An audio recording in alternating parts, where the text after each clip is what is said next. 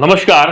तो आइए इस चैप्टर का 9th क्लास के चैप्टर का सफर हम आगे बढ़ाते हैं। इससे पहले वाले प्रीवियस लेक्चर में we have discussed the Russian revolution beginning, कि हम इस चैप्टर में क्या क्या पढ़ने जा रहे हैं। और जब किसी देश के रिवॉल्यूशन के बारे में पढ़ते हैं तो हमें यह जान लेना आवश्यक हो जाता है कि वहां के लोगों में जो इकोनॉमी है, वहां के लोगों का जो एम्प्लॉयमेंट सिस्टम है, वहां के लोगों का जो सर्वाइवल सिस्टम है वो कैसा है और समाज में कितनी तरह के लोग रहते हैं। तो देखिए, जो रशिया था, रशियन एम्पायर था, वहां के लोग ज्यादातर एग्रीकल्चर में इंडल्ज थे, यानी कि प्राइमरी एक्टिविटी वो किया करते थे।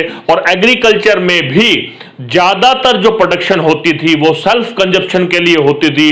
बहुत ज्यादा इंडस्ट्रीज तब तक वहां पर डेवलप नहीं हुई थी। अगर हम तुलना करें कि कितने प्रतिशत जनसंख्या, how much population, how much percentage of the population was indulge in the field of agriculture, have a look. More than 85% people of Russia were doing agriculture. It's mean their economy was dependent upon agriculture. In comparison to France and Germany, you will see in France only 40% people were doing agriculture. In Germany 50% people indulge in agriculture activities at that time. तो हम कह सकते हैं कि Russia की जो economy थी, जो इकोनॉमी एग्रीकल्चर में ज्यादा से ज्यादा लोग इंडल्ज थे, ज्यादा से ज्यादा लोग एम्प्लॉयड थे।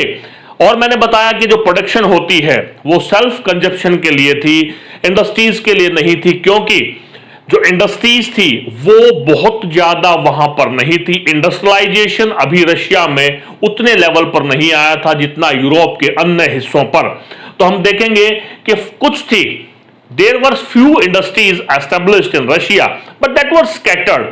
अगर हम नाम लें दो बड़े बड़े सिटीज का, तो कुछ एक इंडस्ट्रीज वहां पर थी। जैसे अगर हम बात करें मॉस्को की और सेंट पीटर्सबर्ग की, वहां पर कुछ इंडस्ट्रीज थी, स्कैटर्ड थी। कहने का क्या अभिप्राय है कि सारी की सारी पॉपुलेशन एग्रीकल्चर पर थी, इकोनॉमिक डेवलपमेंट इतना हुआ नहीं था। और जो सोसाइटी थी उसके अंदर जो पीजेंट्स थे वो बहुत ज्यादा थे और उनका एक्सप्लॉयटेशन हो रहा था। लेकिन उसी दौरान एक बहुत बड़ी डेवलपमेंट हुई रशिया के अंदर कि वहां पर रेलवे नेटवर्क को बिछाया गया, बहुत भारी रेलवे नेटवर्क बिछाया गया, रेलवे नेटवर्क को एक्सपैंड किया गया। और रेलवे नेटवर्क के एक्सपैंड होने से गांव और शहरों का रिलेशन जुड़ गया। द पीपल वो migrated from village to cities. और उसके अलावा जो मिनरल्स की डेवलपमेंट थी, वहां पर जो अवेलेबल मिनरल्स थे जिसमें से कोल, आयरन और स्टील प्रमुख हैं, रेलवे के एक्सपेंशन होने की वजह से जो एक्सट्रैक्शन था कोल का, जो प्रोडक्शन थी स्टील की, और जो चीज प्रोड्यूस होती थी वहां पर आयरन की, उसमें बहुत ज्यादा बढ़ोतरी हुई, जिसकी वजह से इंडस्ट्रीज डेवलप होना शुरू हो गई। मैंने यहां पर मेंशन किया है कि डेवलपमेंट शुरू हुई, कोल का जो प्रोडक्शन था वो डबल हो गया, आयरन का प्रोडक्शन ट्रिपल हो गया और स्टील का प्रोडक्शन 4 टाइम हो गया, जिसकी वजह से इन मिनरल्स के प्रोडक्शन की वजह से रशिया में इंडस्ट्रीज सेटअप होने लगी।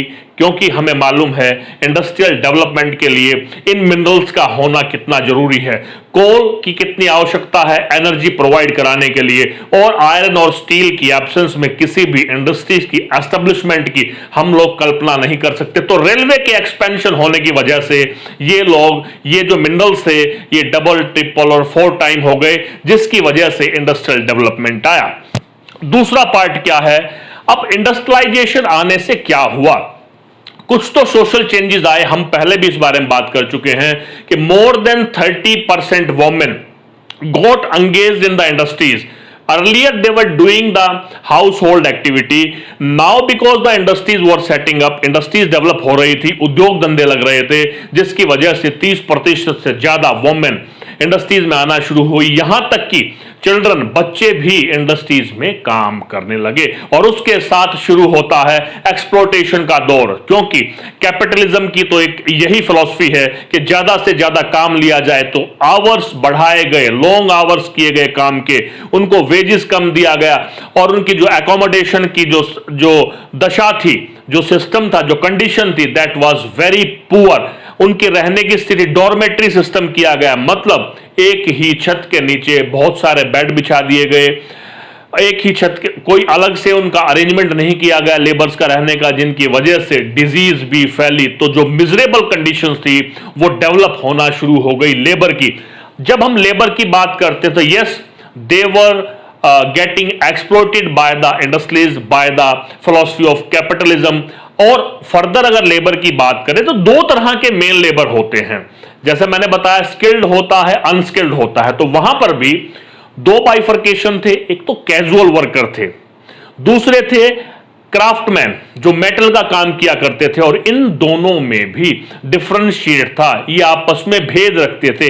जो क्राफ्टमैन थे वो अपने आप को सुपीरियर समझते थे और इस बात को कई तरीके से शो करने का प्रयास करते थे, जैसे उनकी ड्रेसेस अलग थी, उनकी यूनियन अलग थी, परंतु जब भी स्ट्राइक की बात आती थी तो दोनों की दोनों यूनियन, चाहे वो कैजुअल वर्कर की हो या मेटल वर्कर की हो, इकट्ठा होकर के रिवोल्ट किया करते थे। मैंने यहां रेड से मेंशन किया, but whenever strike took place they collectively participated, they raised the voice against the industrial owners regarding their bonus, regarding their unhygienic conditions।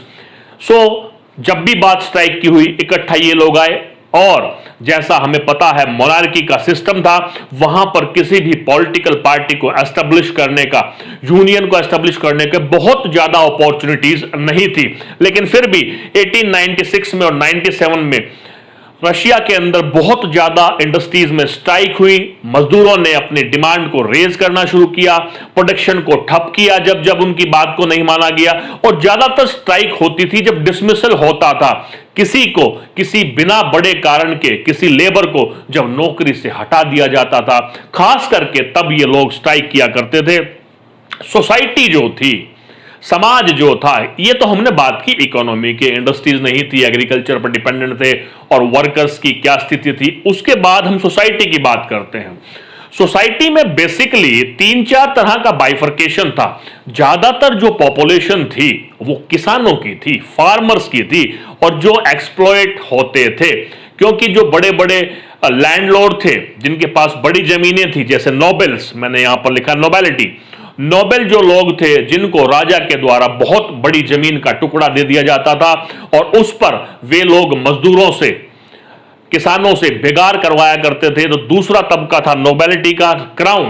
तीसरा था राजा, उस समय जार निकोलस, जार रशियन भाषा में किंग को कहा जाता है, मैंने पहले बताया था। और तीसरा था चर्च। चर्च भी उस समय एक पावरफुल इंस्टीट्यूशन थी।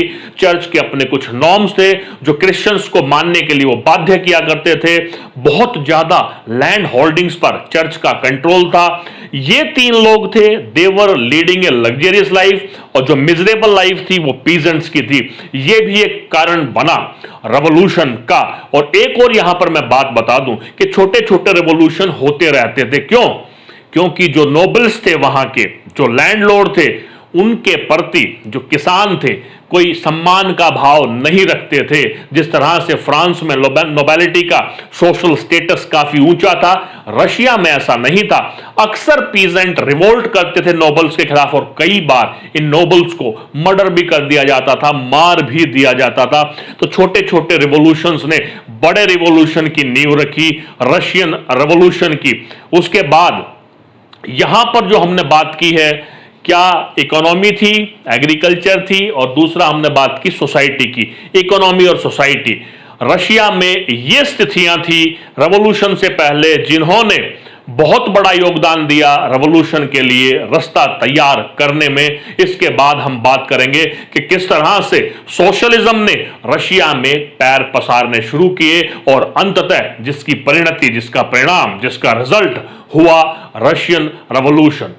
आगे मिलते हैं। Socialism in Russia we will discuss at stretch. नमस्कार, जय हिंद, जय भारत।